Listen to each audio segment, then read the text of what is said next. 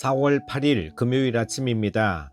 오늘 사순절 33일째입니다. 오늘도 십자가의 길을 온전히 묵상하며 주님의 참된 제자가 되는 큐티 가족들 다 되실 수 있기를 축복합니다. 오늘 말씀은 에스라 6장 13절에서 22절입니다. 다리오 왕의 조서가 내림에 유브라데 강 건너편 총독 다뜨네와 스달보스네와 그들의 동관들이 신속히 준행하니라. 유다 사람의 장로들이 선지자 학개와 이또의 손자 스가랴의 권면을 따랐으므로 성전 건축하는 일이 형통한지라. 이스라엘 하나님의 명령과 바사왕 고레스와 다리오와 아닥사스다의 조서를 따라 성전을 건축하며 일을 끝내되 다리오 왕 제6년 아달월 3일에 성전 일을 끝내니라.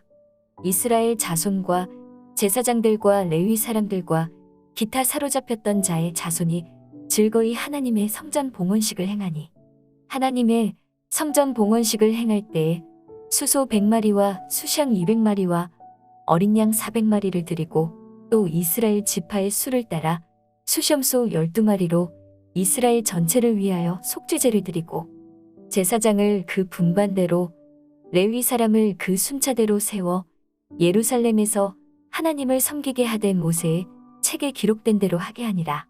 사로잡혔던 자의 자손이 첫째 달 14일에 유월절을 지키되 제사장들과 레위 사람들이 일제히 몸을 정결하게 하여 다 정결함에 사로잡혔던 자들의 모든 자손과 자기 형제 제사장들과 자기를 위하여 유월절 양을 잡으니 사로잡혔다가 돌아온 이스라엘 자손과 자기 땅에 사는 이방 사람의 더러운 것으로부터 스스로를 구별한 모든 이스라엘 사람들에게 속하여 이스라엘의 하나님 여호와를 찾는 자들이 다 먹고 즐거움으로 이래동안 무교절을 지켰으니 이는 여호와께서 그들을 즐겁게 하시고 다리오 왕의 조서가 내려오자 하나님의 성전 건축은 일사천리로 진행되어 다리오 왕 6년 아달월 3일에 완성됩니다. 성전이 완공되자 이스라엘 백성들은 즐거운 마음으로 성전을 주께 봉헌합니다. 그리고 유월절을 하나님께 지키게 됩니다.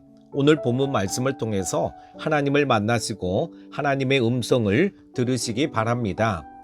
16절 말씀 보면은요, 드디어 정말 기다리던 성전 건축이 완성됩니다.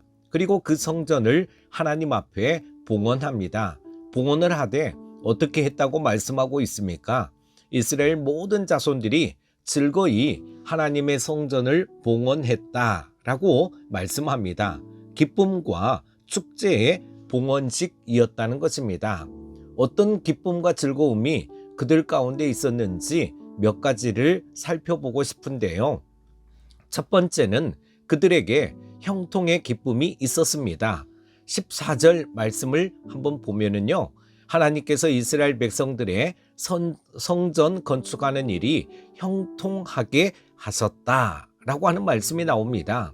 여기서 이스라엘 백성들이 형통할 수 있었던 비결이 두 가지가 나오는데요. 그 첫 번째는 유다 사람의 장로들과 선지자들이 연합할 때 형통할 수 있었습니다.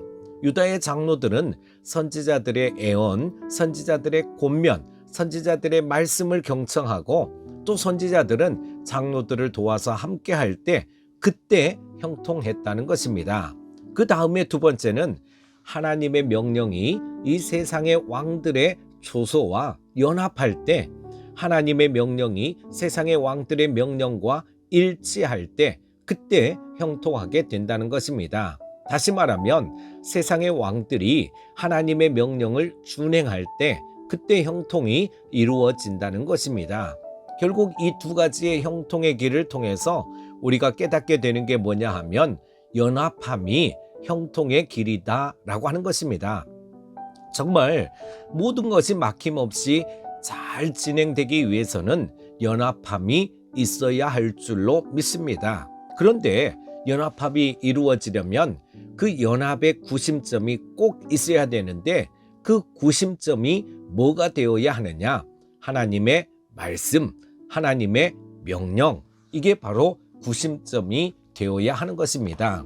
진정한 연합은 어떤 특정한 개인에게 맞춰질 때 일어나는 것이 아니고 모든 구성원이 하나님 앞에 집중할 때, 하나님께 초점을 맞출 때 연합이 일어나고 형통을 가져오는 것입니다. 여러분, 삼각형의 원리를 꼭 기억해야 됩니다. 연합할 때 할 상대를 바라보는 것이 아니라 둘 다 하나님을 바라보고 하나님께 가까워져 가면 하나가 이루어지게 된다는 것입니다. 그러므로 우리가 하나 되고 연합하기 위해서라도 우리는 주 안에서 날마다 자라가야 할 줄로 믿습니다. 두 번째, 이스라엘 백성들의 기쁨은 성전 건축을 완성함에 대한 기쁨이었습니다. 15절 말씀입니다. 여러분, 하나님은 일을 시작하는 분이지만 동시에 일을 완성시키시는 분이십니다. 오늘 우리의 삶에 무엇이 되었든 간에 그것이 좋은 결말을 본다는 것만큼 기쁜 일도 없을 것입니다. 이스라엘 백성들은 최초로 성전을 건축하기 위해 예루살렘으로 돌아오는 것부터 시작해서 성전이 완성되기까지 무려 20년이라는 세월이 걸렸습니다. 그러나 결국 완성되었지 않습니까? 유종의 미를 거두었습니다. 하나님의 이름으로 시작된 일, 하나님께서 반드시 그 일을 진행해 가시고 반드시 그 일을 완성시켜 주실 것입니다.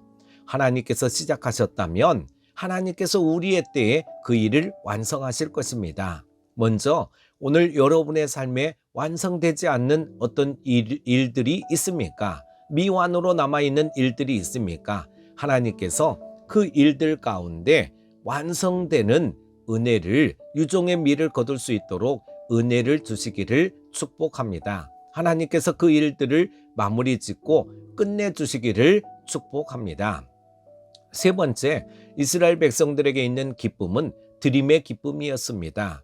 17절에 보니까 그들이 성전 봉헌식을 하면서 하나님께 여러 가지를 드렸습니다. 17절 말씀 보면은요, 여러분, 오늘 이스라엘 백성들 안에 하나님께 드림의 기쁨이 넘치고 있었다는 것입니다. 오늘 우리 안에 이런 드림의 기쁨이 있습니까?